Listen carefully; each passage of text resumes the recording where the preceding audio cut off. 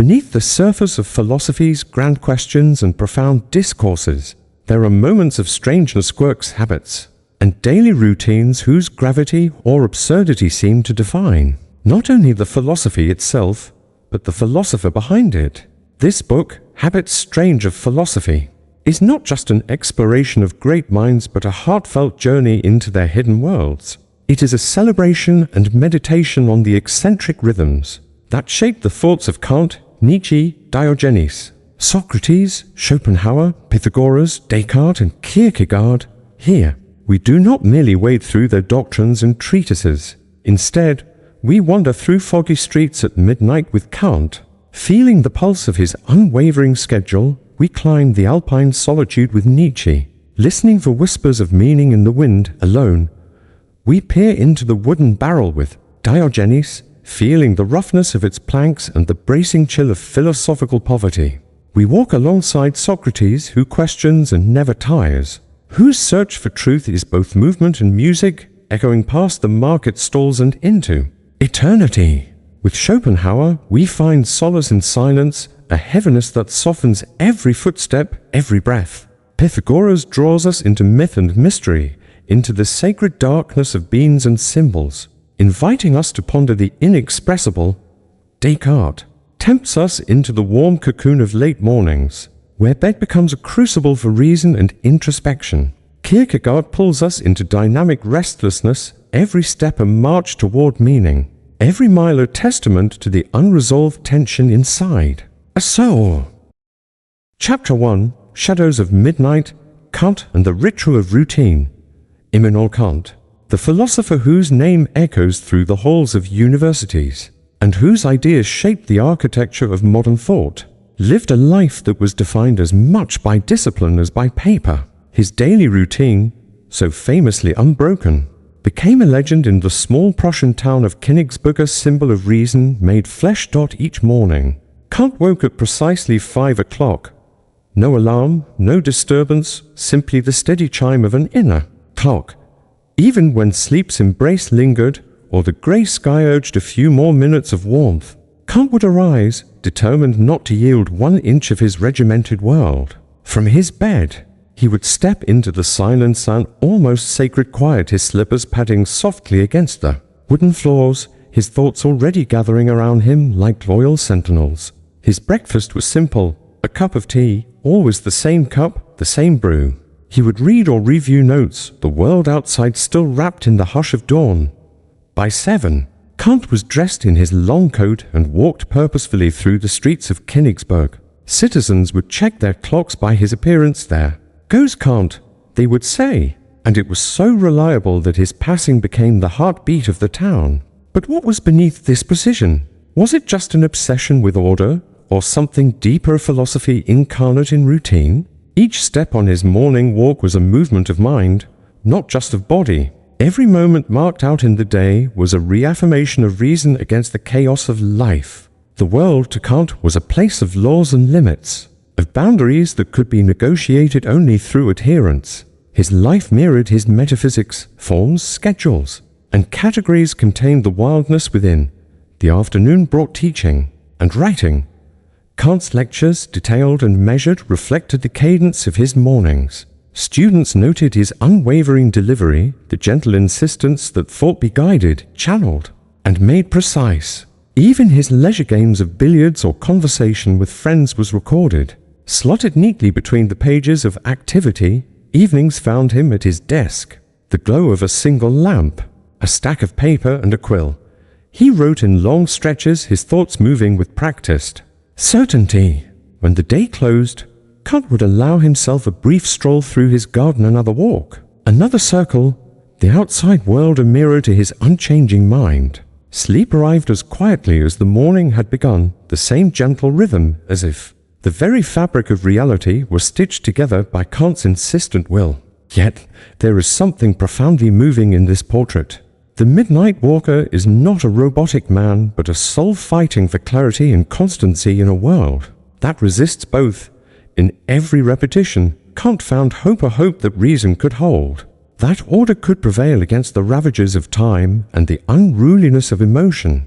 His routine is an act of faith, a daily liturgy the strange habit of a man seeking, in the calm cadence of morning and night, a peace that no storm could erode. In the shadows of midnight, you can almost see Kant, solitary, dignified, his footprints, mapping philosophy onto the pavement, each step leaving an echo, a possibility that somewhere in the world, order can be made beautiful. Chapter 2, Solitude in the Heights, Nietzsche's Mountain Escape. Friedrich Nietzsche was a man who danced with solitude not out of necessity, but as a sacred ritual, the very heartbeat of his philosophy. There is an aching beauty in the way he sought refuge in the mountains, carving out a life apart from the noise and commerce of everyday existence, tethered only to the wild pulse of nature and his own relentless quest for meaning. Nietzsche's mountain solitude was not a withdrawal, born of weakness, but a deliberate flight to the heights. Each day, he wandered among the trees, the rocky paths beneath his feet, the vast sky watching over him, as if the universe itself had conspired to give him an audience. The rhythm of his days was dictated by the sun's passage and the shifting winds, not the clocks or calendars of men. In Sils Maria, he found a home in the silence between peaks, the rawness of the landscape forming a parallel to his own mind, a mind hungry to break free from the bonds of convention. Morning light would seep into his window, cool and thin, and Nietzsche would rise slowly, almost reverently. There was no rush, just the unfolding of intention. He greeted each morning as a gift, the promise of new thoughts to be born in the solitude. His breakfasts were sparse, sometimes just a glass of water and a few pieces of bread. He needed little. His hunger was for deeper things. After eating, Nietzsche would walk. His journeys were never hurried, each step was a meditation. The mountain trails, often steep and unforgiving, became the corridors of his soul. Here, he spoke back to nature, felt the raw pulse of life through heat and wind and chilling rain. Only in such places, away from judgment and expectation, could he wrestle with his ideas that would soon erupt, bold and uncompromising. Onto the pages of his notebooks, his afternoons were spent writing, sometimes feverishly, sometimes faltering. The solitude forced him to confront himself. There was no distraction, no easy escape. Nietzsche's lone room, books scattered, papers in disarray, mirrors the chaos and grandeur of his thoughts. When the walls closed in, he would don a heavy coat and ascend the trails again, breathless among the pines and rocks. Yet, the emotional weight of his solitude is unmistakable. Nietzsche battled migraines and frailty, his body often failing his indomitable spirit. Loneliness pressed in, cold and sharp, but with every isolated breath, he found the raw material for his philosophy's Zarathustra's wisdom, the courage to question every certainty, the will to risk and assert. Each evening, Nietzsche watched the sunset, the changing colors reflected in his own turbulent heart. In the silence, his forlorn brilliance sparked to life, rage and hope mixing in the alpine twilight. The world below faded, but in the heights, he found what mattered, the deep necessity of solitude, the creation that only isolation brings. The mountain solitude became his strange habited daily communion with the wild and himself. Each moment a forging of thought upon the anvil of loneliness. In those quiet heights, Nietzsche showed how philosophy is not just born of ideas, but of long walking, silent waiting, and the brave making of meaning from emptiness. Chapter 3, A Barrel for a Bed, Diogenes and the Cynic's Abode. Diogenes the Cynic, the man for whom convention was but a shackle, lived his philosophy with an audacity that few dared to emulate. His strange habit choosing a barrel as his home was not a mere act of rebellion, but the living proof of his doctrine, the search for honesty, simplicity, and freedom. Imagine the bustling streets of ancient Athens. Amid the crowds and the spectacular marble buildings, there is Diogenes, bearded and disheveled, sitting in the rough embrace of a wooden barrel.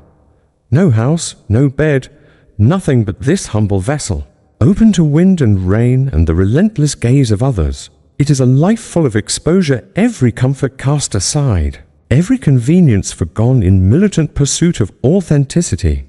Diogenes' mornings arrived with the city's clamor jostling marketplace, the distant shouts of sellers and street philosophers. While others rose from soft beds, Diogenes stretched within the curved confines of wood. His first act of the day might be to greet the sun publicly, mocking those who worshipped its rising from temples and rooms behind closed doors. He ate scraps when he could, drank from his hands or a crude cup, finding sustenance in simplicity. Every act, every gesture was a challenge. He strolled through Athens in broad daylight, holding a lantern, searching for a true man among the passers-by. His life was a ceaseless performance art of philosophy staged on streets rather than in ivory towers. Diogenes delighted in bantering with citizens and philosophers, his wit as sharp as the hunger he bore daily. The barrel, cold in winter, suffocating in summer, became more than shelter. It was a symbol, a constant reminder that happiness is not found in possessions, but in freedom from them. In its hollow darkness, Diogenes could reflect, dream, argue with himself or others. He didn't need privacy, the world was his witness.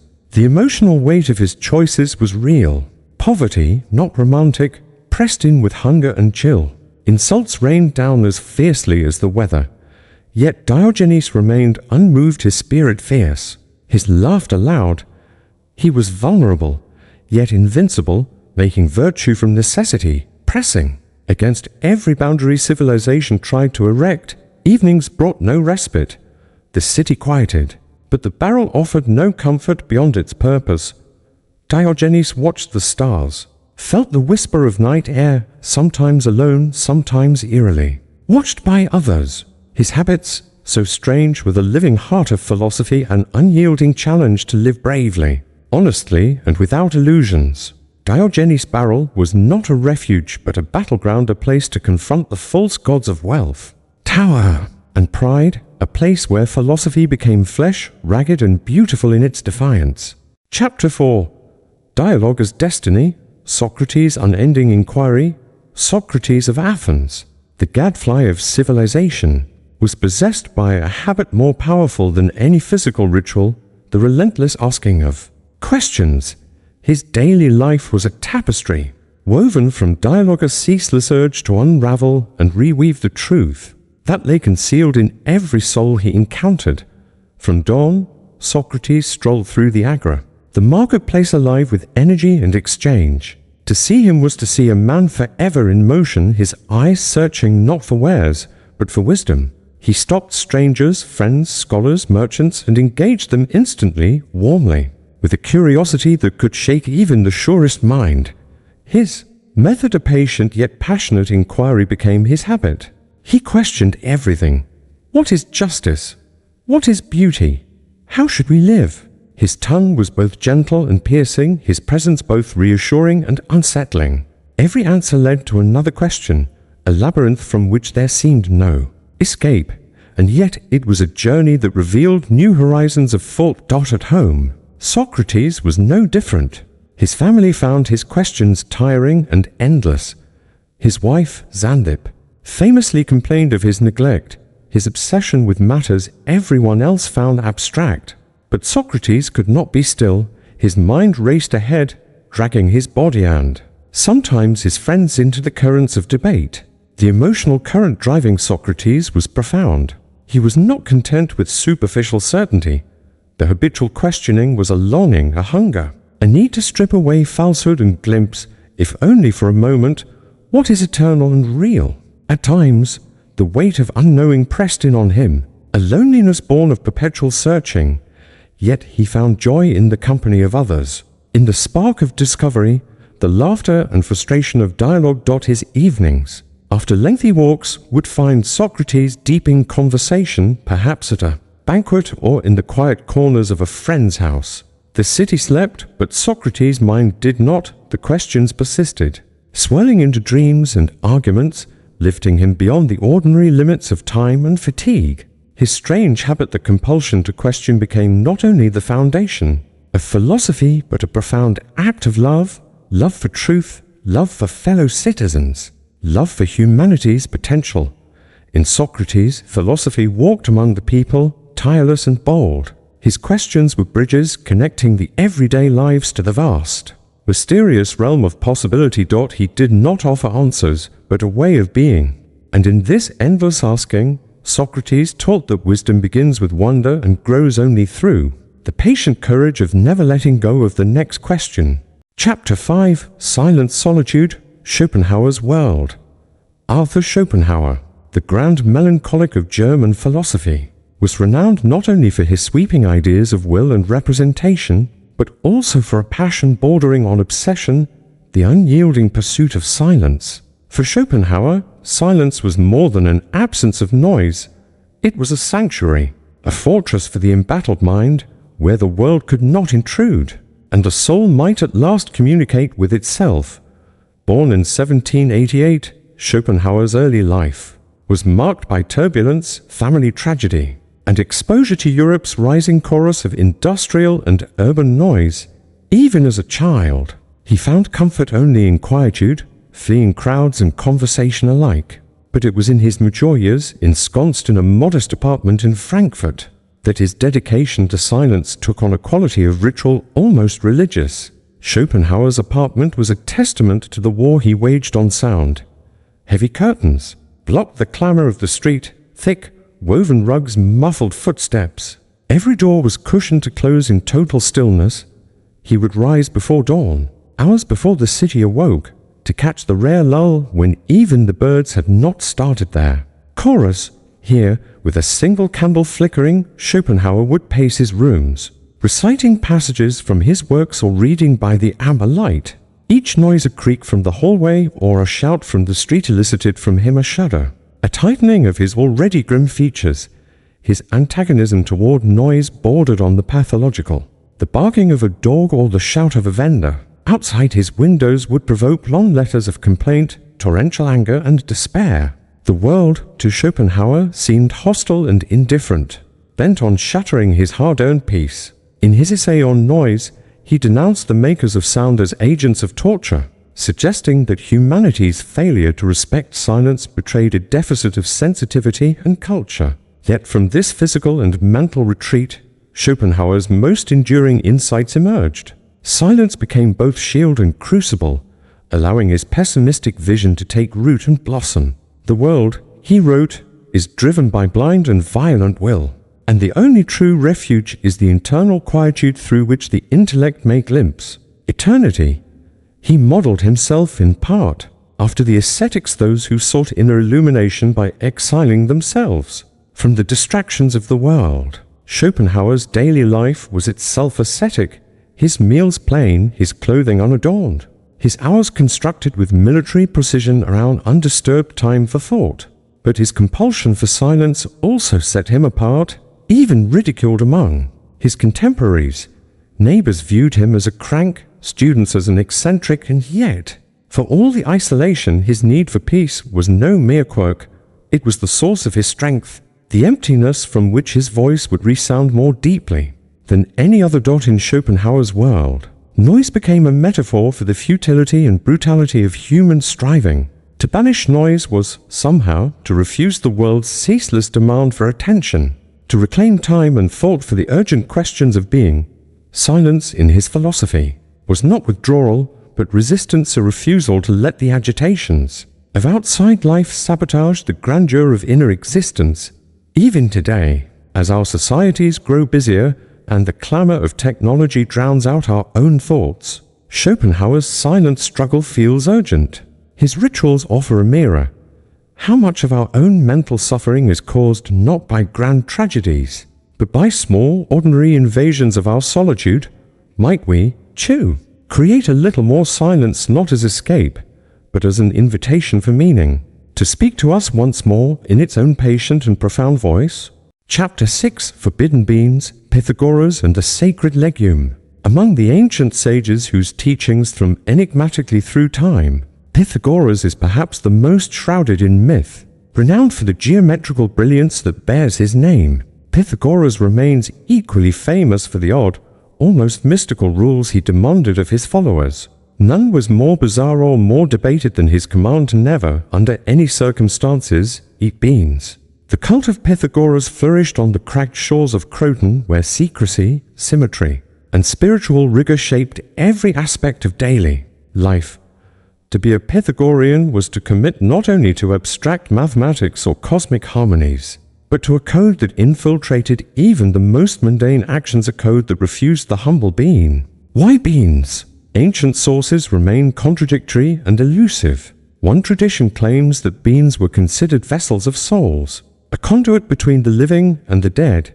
In the world that Pythagoras inhabited, boundaries between the material and spiritual were porous. To eat a bean was, in some mystical sense, to risk swallowing a soul, to blur the fragile line between this realm and the next. Other stories suggest pragmatic explanations. Perhaps beans caused uncomfortable flatulence, offending the sense of harmony Pythagoras held dear. Or perhaps their growth habits emerging from seed without clear stems disturbed his sense of natural order. Aristotle posited that beans resembled the gates of Hades. The truth, enveloped in centuries of secretive ritual, might never be fully known. But for followers, obedience was more important than understanding. Beans were taboo. To eat one was to violate the sacred fabric that bound the community. Legends recount the tragic end of Pythagoras himself fleeing persecutors. He refused to cross a field of beans, choosing capture and death rather than betray his creed. For the Pythagoreans, avoidance of beans was a daily practice, a reminder that philosophy was not merely speculation, but disciplined action. Meals became ceremonies of purification, each morsel weighed against the harmony of the heavens. Their lives, governed by unusual restrictions, transcended the boundaries of ordinary existence. In renunciation, they believed, lay the possibility of transcendence. We might laugh today at the image of a great mathematician refusing a common legume, but to dismiss the sacred bean as mere superstition is to miss its emotional power. It speaks of the longing to create meaning in a chaotic world, a longing that remains familiar.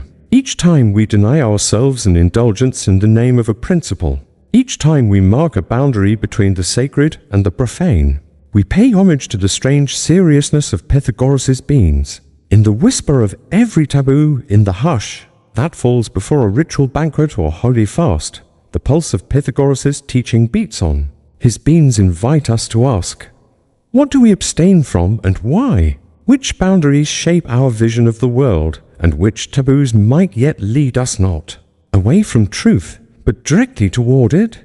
Chapter 7, The Philosopher's Bed, Descartes' Hidden Hours. Rationalism charms us with its promise that reason alone, properly disciplined, can unveil the secrets of existence.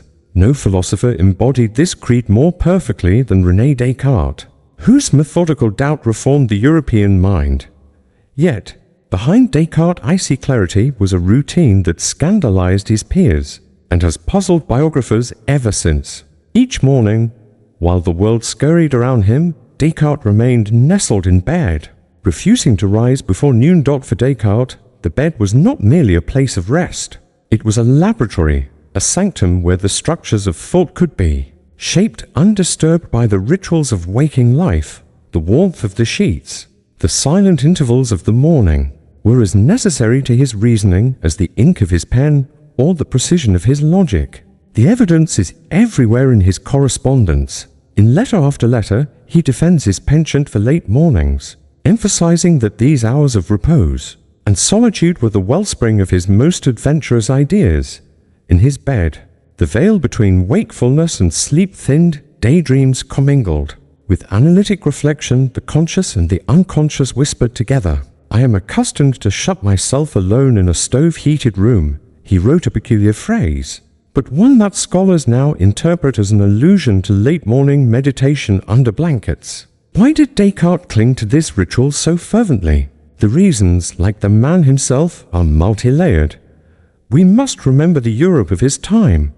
Cold, chaotic, uncertain, and often hostile to new ideas. Descartes carved out a private kingdom where he could doubt everything except, it seems, the necessity of his own comfort. In this retreat, Descartes practiced his radical method, doubting the senses, suspending the certainty of the external world, and arriving at the famous conclusion cogito, ergo sum, I think, therefore I am. Might he have reached those depths of skepticism amid the noisy routines of breakfast, or the courtly obligations of a rising sun?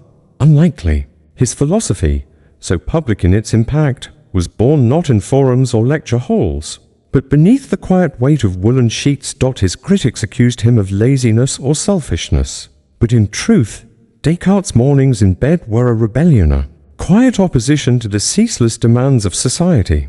He recognized what so few remember, that the mind needs sanctuary, and that, at times, our greatest clarity emerges from comfort, not from deprivation. Today, in a world allergic to idleness and obsessed with productivity, Descartes' hidden hours feel profoundly radical. Every time we linger a little longer in bed, indulging in reverie or silent questioning, we follow in his footsteps. His bed reminds us that philosophy need not always happen in libraries or under fluorescent lights. Sometimes the foundations of thought are laid on the softest of pillows in the hush of the late morning, as the world waits beyond our closed doors.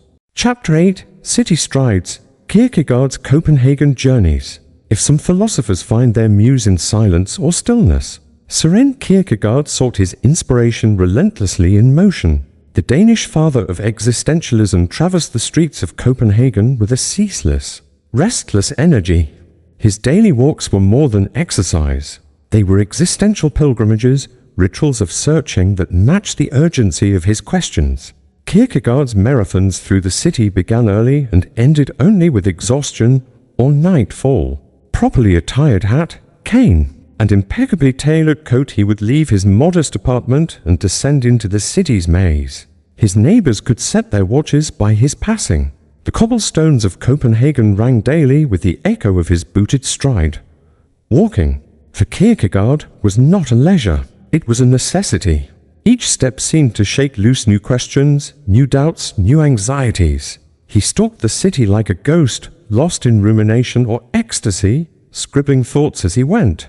His journals, overflowing with fragments and sketches, attest to the feverish pace of his imagination.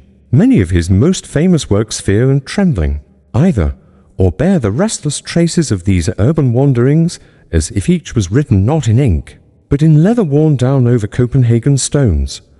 But why walk so much? For Kierkegaard, the answer was spiritual as well as intellectual. He felt reality most acutely in motion, as if the act of passage from street to street mimicked the inner movement from despair to hope, or from faith to doubt. The city provided a living map for his inner life, bustling squares for moments of joy, winding alleys for those of tormented doubt.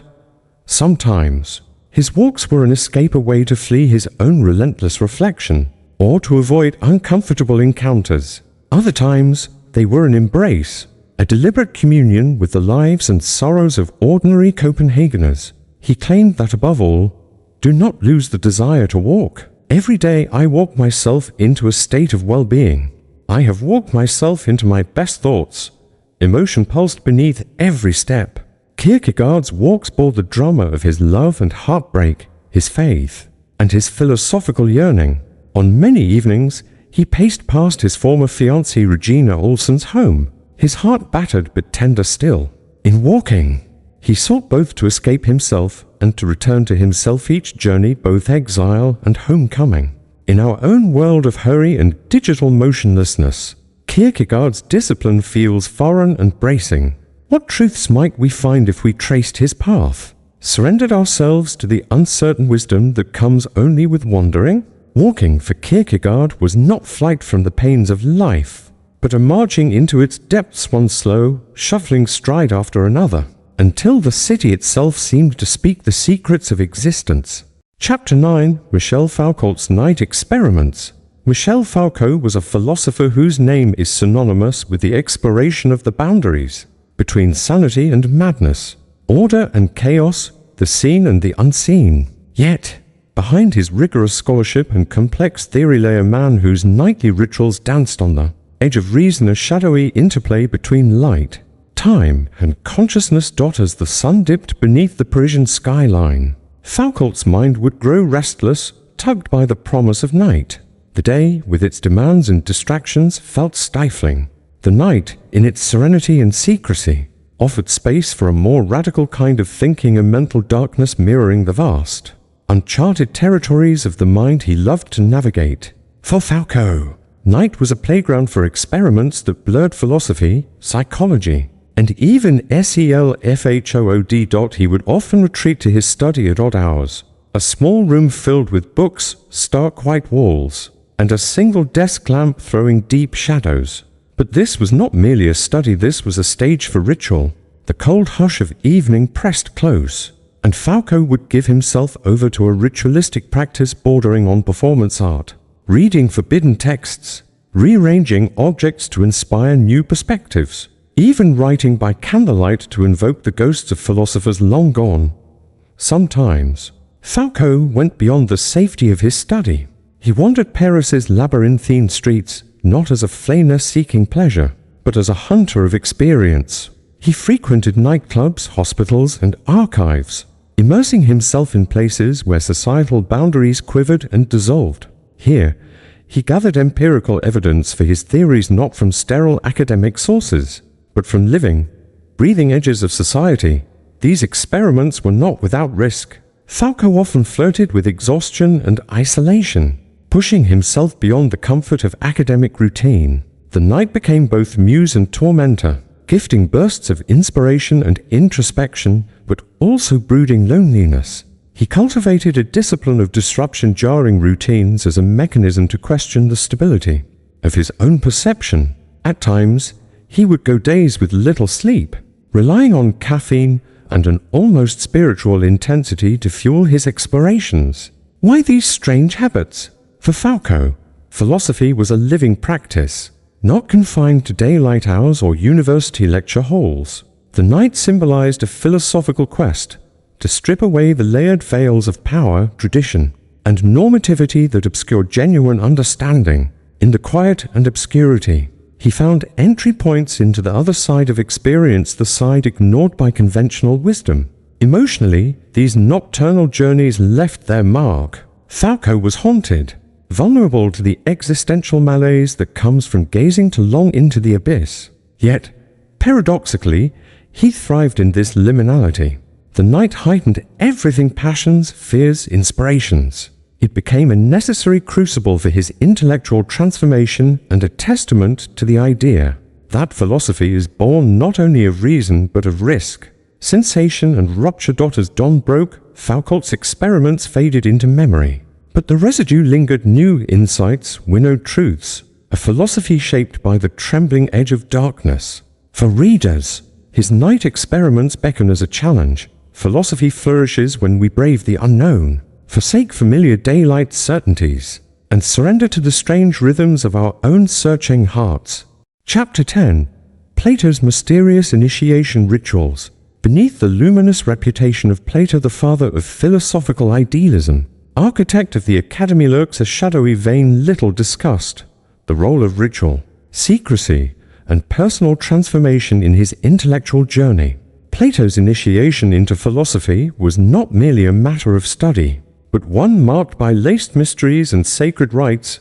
Ancient Athens was swathed in rites, mystery cults, and symbolic processions. Weaving through Plato's dialogues is an echo of these ceremonies, a suggestion that true knowledge is veiled, reserved for those willing to undergo initiation. According to ancient sources and later philosophical speculation, Plato's own journey may have begun in the hush of initiation, cloaked in the secrets of Eleusis or other sacred societies. In hushed halls or under moonlit groves, young Plato encountered rites designed to unmoor the mind, to dissolve the crude individuality that separated him from the forms. Those eternal truths he would make the foundation of his philosophy. Ritual for Plato was a means of crossing the threshold from the mundane to the transcendent. It was less about belief and more about transformation. The details of Plato's initiation are shrouded but suggest a sequence of symbolic acts, periods of silence, fasting, symbolic death and rebirth, the witnessing of sacred objects, and perhaps the recitation of secret knowledge. These rituals were intended to induce a state not of blind obedience, but of attentive, emotional openness to wonder. The experience was charged, electric, vibrating with the potential to awaken the soul to truths beyond mere logic. Emotionally, initiation could be overwhelming. The young philosopher, trembling before the mysteries, was both terrified and enchanted. The rituals unlocked doors within, inviting Plato to venture into darkened spaces of his own consciousness, a journey as perilous and profound as any philosophical inquiry. Plato never discarded the influence of these rites. The dialogues are punctuated by references to the greater mysteries, the need for purification before knowledge, and the idea that wisdom is reserved for those who have suffered, endured, and emerged transformed. The Philosophers' Academy itself adopted practices reminiscent of initiation, a rigorous selection, exercises of self-mastery, and a pedagogy that prized direct experience over rote learning. For Plato, philosophy was not merely a discipline, but a sacred adventure. The world was a cave, its walls flickering with the shadows of reality. Only through a kind of ritual passage could the philosopher step into the sunlight of true understanding. The emotional weight of these experiences was immense, part fear, part longing. For us, Plato's mysterious initiation rituals are a reminder. Intellectual growth is inseparable from emotional and spiritual challenge. Sometimes, to reach insight, we must brave the transformative fires of strange, ecstatic ceremonies. Plato's journey stands as an invitation to welcome the unknown, embracing the vulnerability and exaltation that defined the philosopher's path. Chapter 11. Jean-Paul Sartre and his extreme coffee addiction. In the smoky cafes of post-war Paris, amidst the cacophony of intellectual ferment, Jean-Paul Sartre wrote feverishly, his pen scratching across page after page, propelled by an insatiable addiction to coffee that bordered on the mythic. It was not merely a beverage for Sartre, it was a vocation, a ritual, a lifeblood. Sartre's relationship with coffee began innocently, long nights at the Café de Flore, conversing with Simone de Beauvoir and other luminaries, the aroma of roasting beans mingling with existential anxiety. But soon, coffee became more than company. It became an obsession. He drank cup after cup, not just to stay awake, but to conjure energy from the depths of fatigue, to keep the crushing weight of ennui and meaninglessness at bay. Sartre would consume as many as 20 cups a day, fueling his prodigious output: novels, essays, plays, and philosophical treatises. Coffee was the stimulus that sparked chains of thought, the liquid scaffolding of his unstoppable creativity. But Sartre did not drink coffee passively. He imbued each cup with ceremony, selecting the strongest roast, surveying the swirl of cream, if any, and noting the slant of afternoon light through the café windows. There was a meditative aspect to this ritual, a momentary escape from the unyielding scrutiny of existence. Sartre often joked that coffee was the only thing tethering him to waking life, a lifeline through the sea of nothingness he so often described. Emotionally, this addiction was complex. The high from caffeine brought clarity and focus, but also waves of anxiety, jitters, and even hallucinations at the height of his consumption. Sartre would sometimes write until his hands shook, his nerves buzzing, and his mind racing ahead of itself. Coffee became both muse and tormentor, gifting bursts of inspiration while exacting a toll on body and spirit. His friends and colleagues worried as Sartre's habit deepened. There were rumors he once tried to give up coffee, only to be swept up in depression and paralyzing lethargy. The philosopher himself acknowledged the cost but seemed resigned. To write, to think, to exist so fiercely was to risk burning from within. Why such extremes? Sartre's radical embrace of coffee was a mirror of his philosophy. Life for him was a struggle against nausea, anxiety, and despair, a battle for meaning in a world devoid of inherent purpose.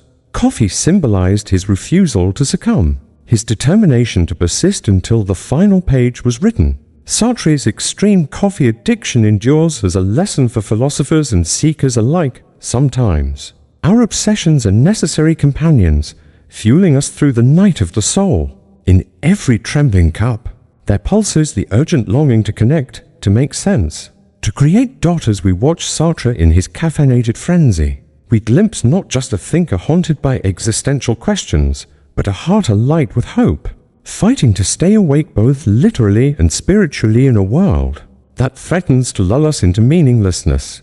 Chapter 12. Wittgenstein's habit of giving away all his money. Ludwig Wittgenstein, one of philosophy's most enigmatic and radical figures, was also a man renowned for a singular, almost mythical habit, giving away his considerable wealth. born into one of Vienna's richest families. Wittgenstein inherited a fortune that could have granted him a life of ease, indulgence, and scholarly comfort. Yet, driven by an emotional tempest and philosophical conviction, he chose instead to divest himself of almost everything. The act was not impulsive but ritualistic, a slow, deliberate process spanning years and marked by emotional intensity.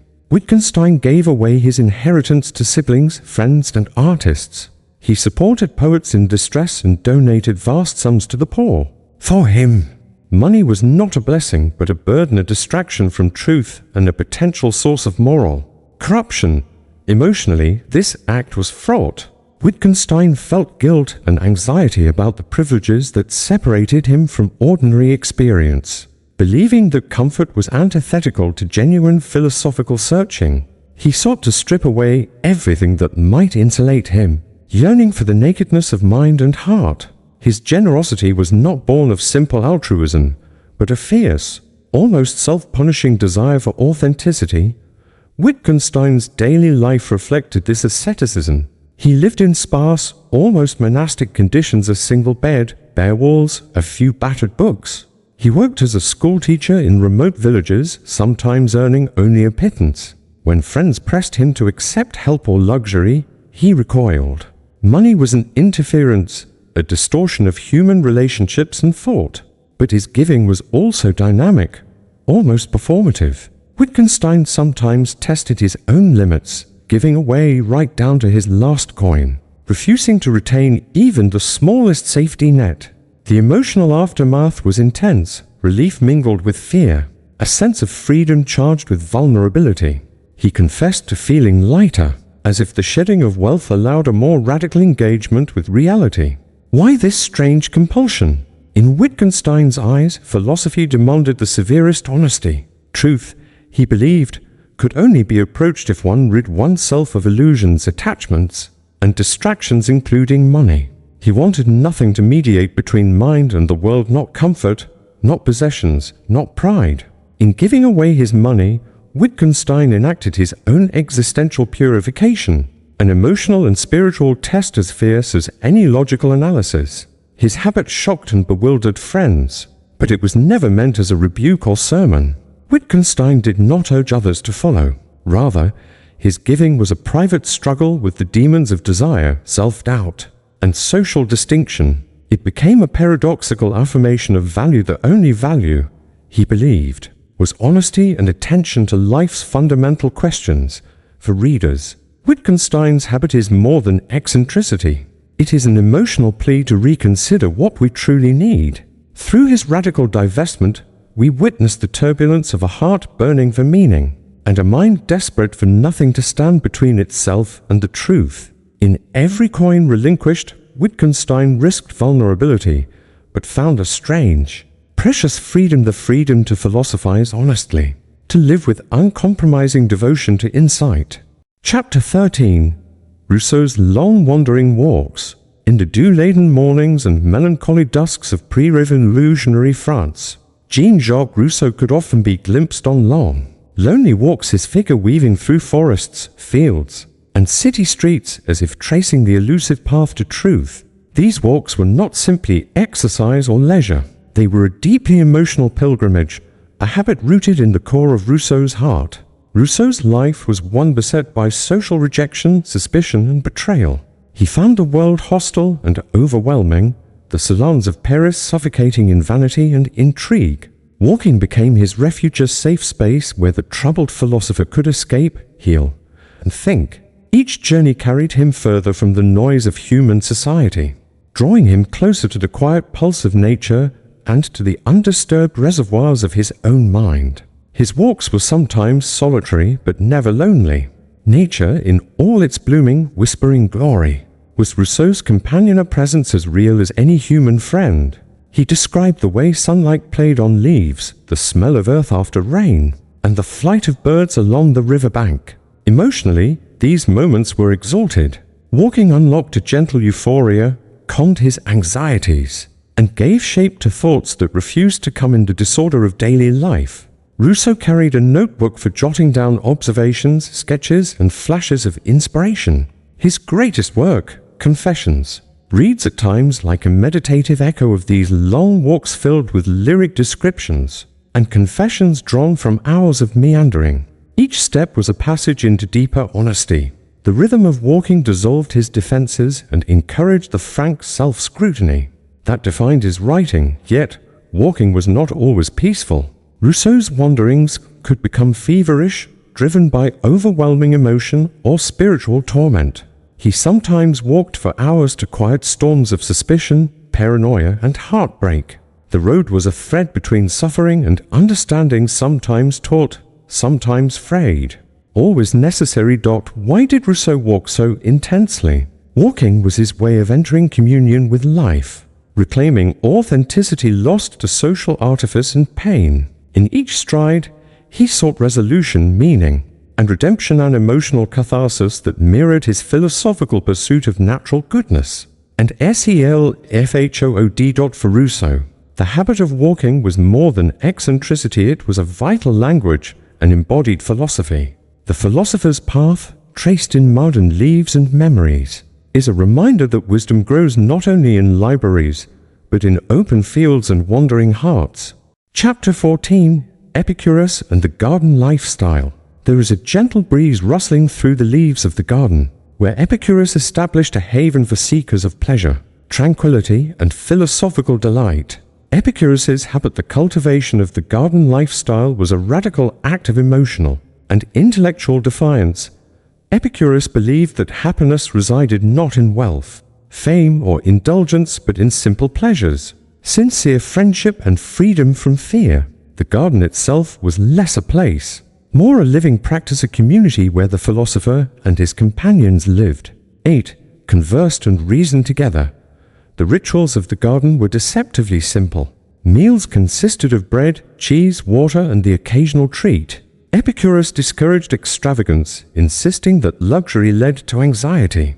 Instead, he celebrated the joy of conversation, the thrill of shared laughter, and the peace of mutual understanding. Emotionally, this lifestyle was restorative, nurturing the wounded spirit worn out by the competitive frenzy of Athenian society. But the garden was also a laboratory for philosophy. Epicurus encouraged his followers to examine desires, fears, and beliefs in the light of reason. Afternoons were spent discussing the nature of pleasure, the avoidance of pain, and the art of living well. The emotional atmosphere was calm, gentle, and almost pastoral, a contrast to the rigors and confrontations of other philosophical schools. Yet, this lifestyle required courage. Epicurus faced criticism and slander from rivals who saw the garden's serenity as weakness. He stood firm, insisting that happiness was not a retreat, but a victory over suffering, the true fruit of philosophy.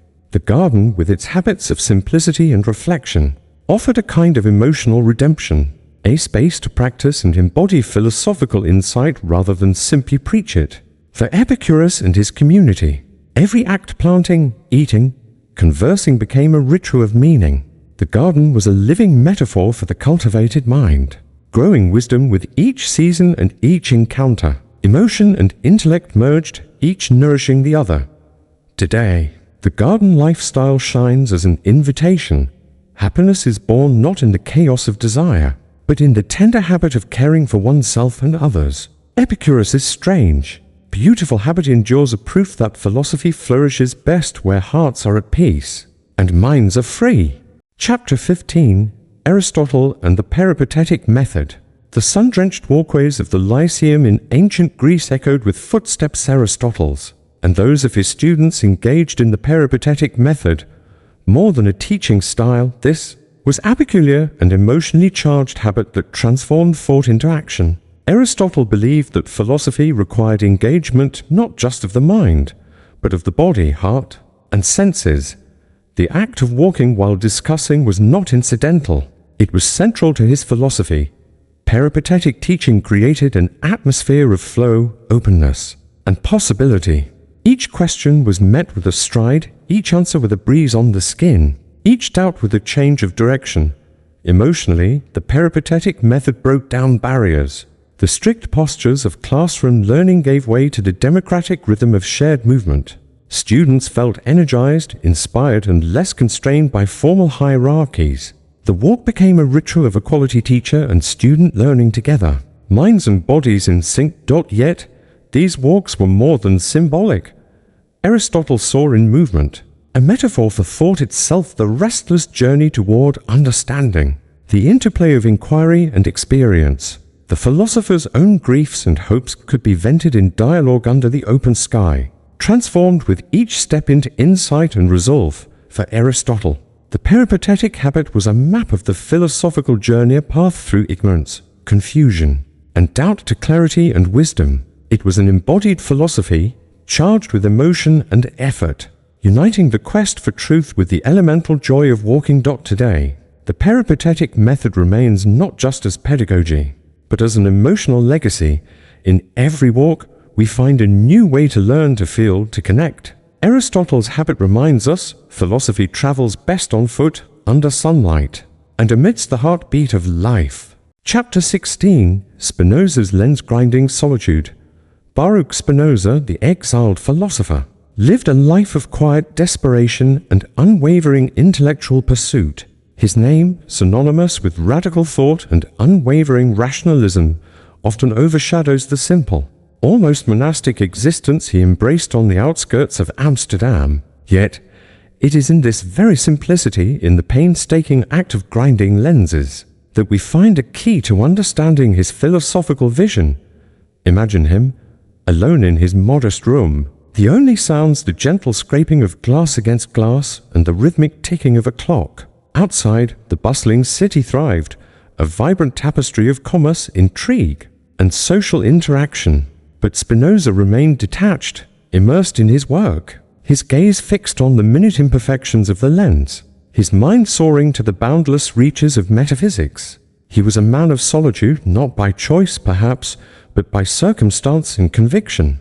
His excommunication from the Jewish community had severed his ties to tradition and plunged him into a world of intellectual isolation. Yet, it was in this isolation that he found the freedom to pursue his own unique path. The act of grinding lenses was more than a mere means of earning a living. It was a form of meditation, a ritual of focus and concentration. Each precise movement, each careful stroke, brought him closer to a tangible result, a physical manifestation of his intellectual rigor. In a world of abstract concepts and elusive truths, the lens offered a concrete reality, a point of intersection between the physical and the intellectual. As he shaped the glass, he was also shaping his own mind, honing his powers of observation and refining his capacity for logical thought.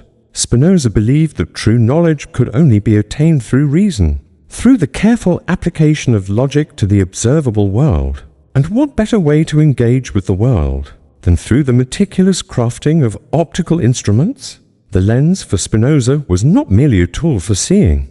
It was a symbol of understanding, a means of clarifying the complexities of existence. Just as the lens focused light, so did reason focus the mind, illuminating the hidden truths that lay beneath the surface.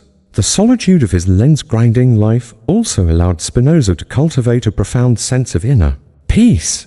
He was content with his simple existence, untroubled by the distractions and temptations of the outside world. He found joy in the act of creation, in the satisfaction of mastering a craft, and in the freedom to pursue his own intellectual pursuits without interference. This detachment from worldly concerns allowed him to develop a unique perspective on human nature, a perspective that emphasized the importance of reason, self-control, and the pursuit of virtue.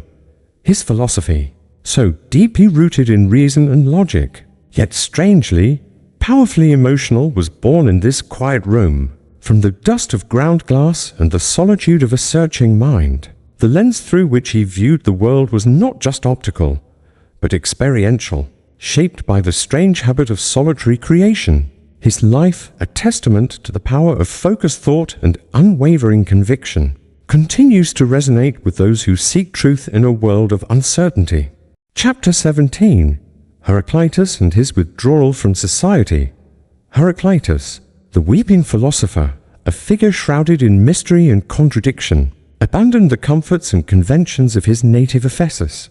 to embrace a life of solitary contemplation in the wilderness. Unlike his peers who sought to engage with society and shape its course, Heraclitus turned his back on the bustling marketplace, seeking wisdom in the silence of nature.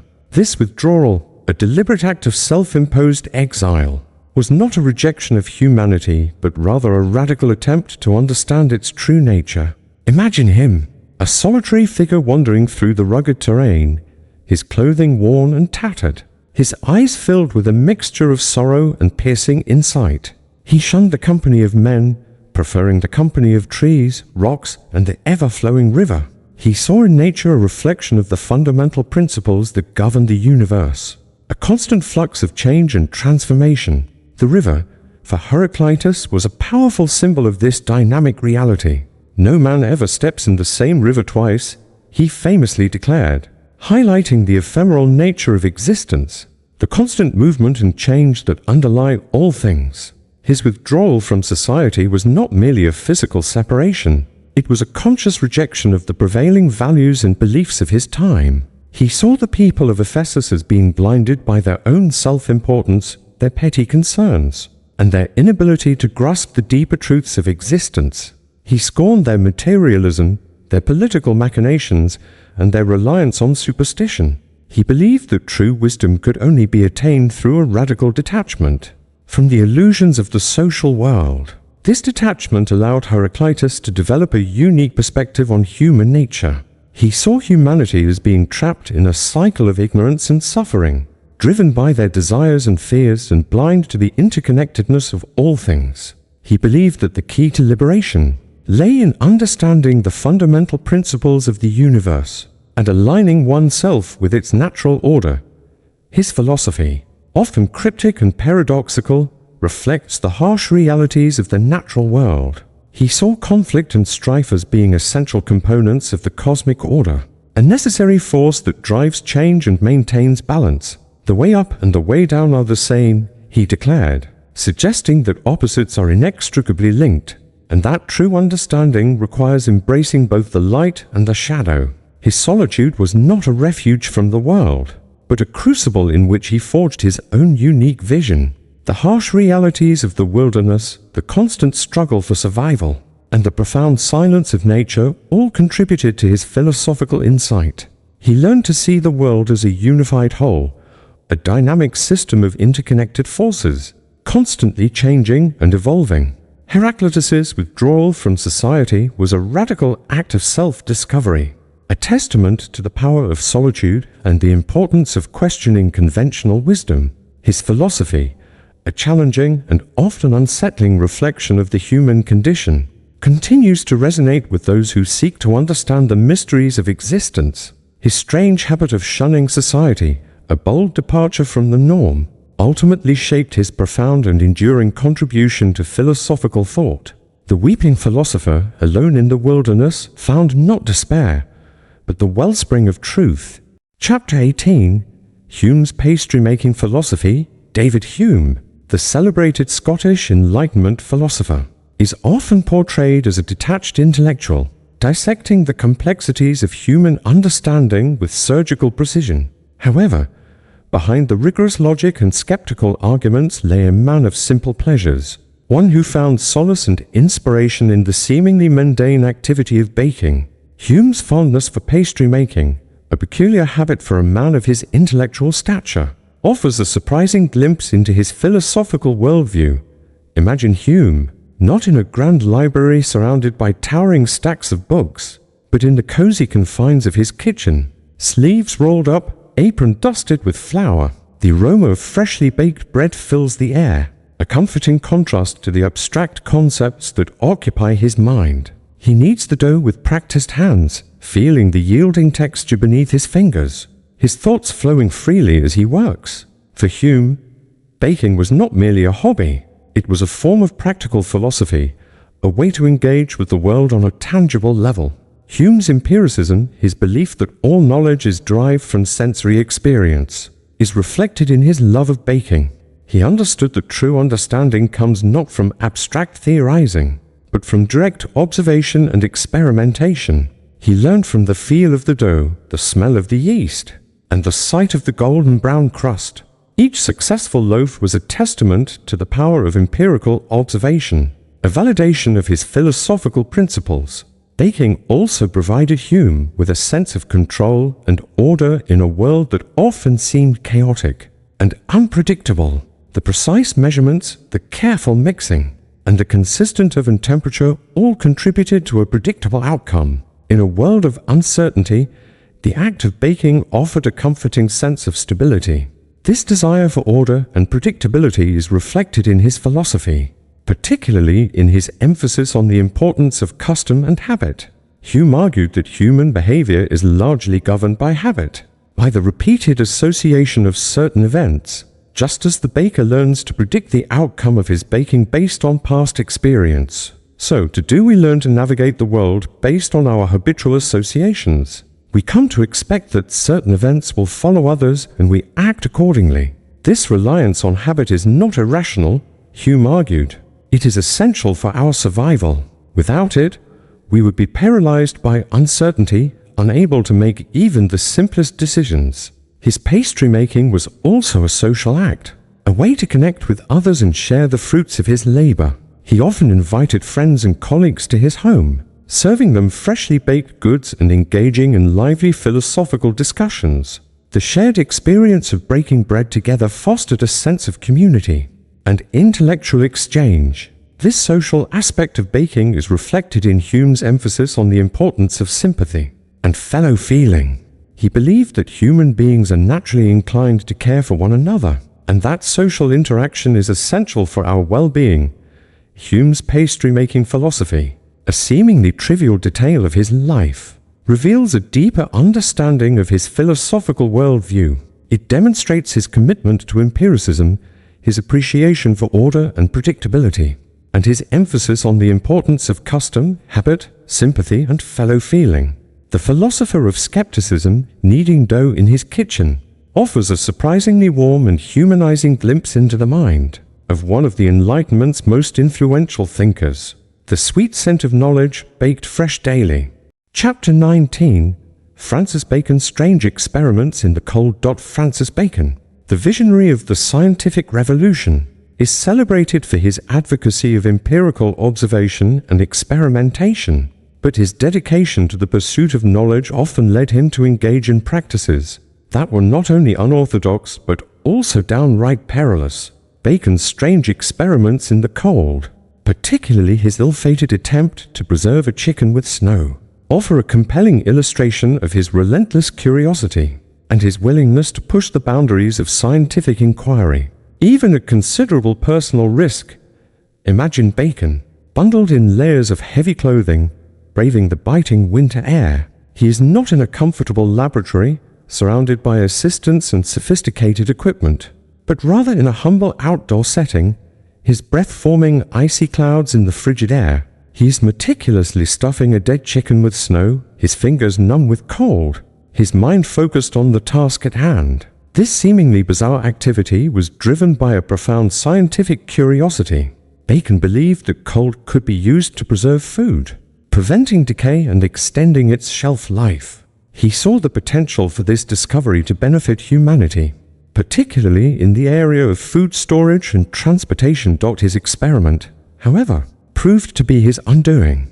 The exposure to the cold weakened his immune system, leading to a severe case of pneumonia. He died shortly thereafter, a victim of his own scientific zeal. His death, a tragic irony, serves as a stark reminder of the risks associated with scientific experimentation, particularly in the absence of proper safety precautions. Bacon's willingness to risk his own well-being in the pursuit of knowledge reflects his unwavering commitment to the scientific method. He believed that true understanding could only be attained through direct observation and experimentation, and that no sacrifice was too great in the pursuit of truth. His death, though tragic, did not diminish his legacy.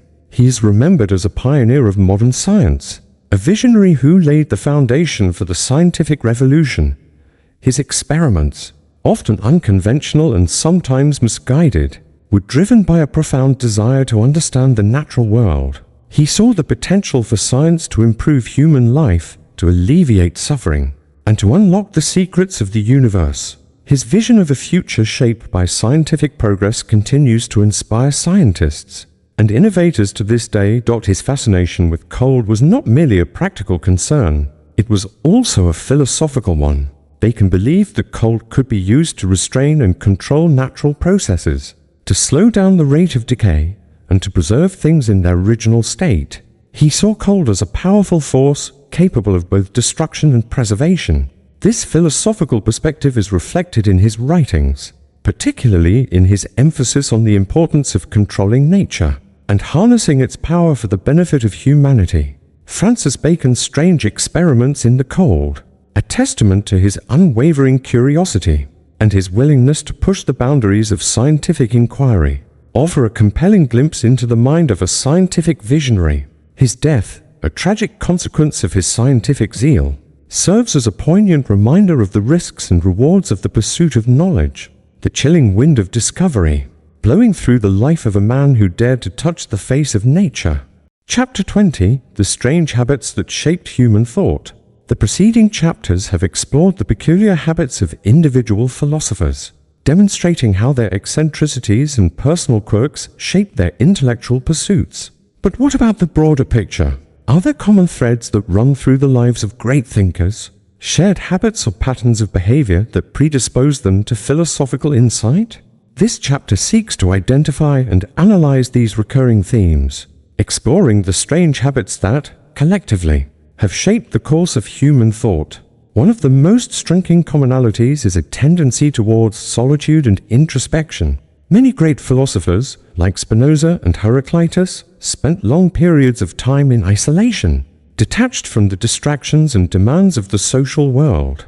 This solitude allowed them to cultivate a deeper understanding of themselves and the world around them. It provided them with the space and time to reflect on their experiences, to question conventional wisdom, and to develop their own unique perspectives. Another recurring theme is a fascination with the mundane, a willingness to find meaning and significance in the everyday. Hume's love of baking, for example, demonstrates how even the simplest activities can provide insights into human nature. Philosophers often possess a unique ability to see the extraordinary in the ordinary, to find profound truths in seemingly trivial details. A third commonality is a commitment to empirical observation and experimentation. Philosophers like Bacon understood that true knowledge can only be attained through direct engagement with the world. They were willing to challenge established theories and to test their own hypotheses through rigorous experimentation. This commitment to empiricism has been a driving force behind scientific progress and has profoundly shaped our understanding of the universe. A fourth recurring theme is a capacity for critical thinking and skepticism. Philosophers are not content to accept things at face value. They are constantly questioning assumptions, challenging beliefs, and seeking evidence to support their claims. This critical approach to knowledge is essential for intellectual progress and has helped to expose falsehoods and to promote truth. A fifth commonality is a willingness to embrace paradox and ambiguity. Philosophers often grapple with complex and contradictory ideas, seeking to reconcile opposing viewpoints and to find meaning in ambiguity. This capacity for nuanced thinking is essential for understanding the complexities of the human condition and the mysteries of the universe. A final recurring theme is a passion for communication and dialogue. Philosophers are not content to keep their ideas to themselves. They are driven to share their insights with others, to engage in intellectual debate, and to promote understanding and enlightenment. This commitment to communication and dialogue has been essential for the dissemination of philosophical ideas and for the advancement of human knowledge. The strange habits of philosophers, though diverse and often peculiar, share certain commonalities. These recurring themes, solitude, introspection, fascination with the mundane, commitment to empiricism, critical thinking, embracing paradox, and passion for communication have shaped the course of human thought, leading to profound insights and groundbreaking discoveries. The tapestry of philosophical thought, woven from the threads of countless eccentricities, continues to inspire and enlighten us,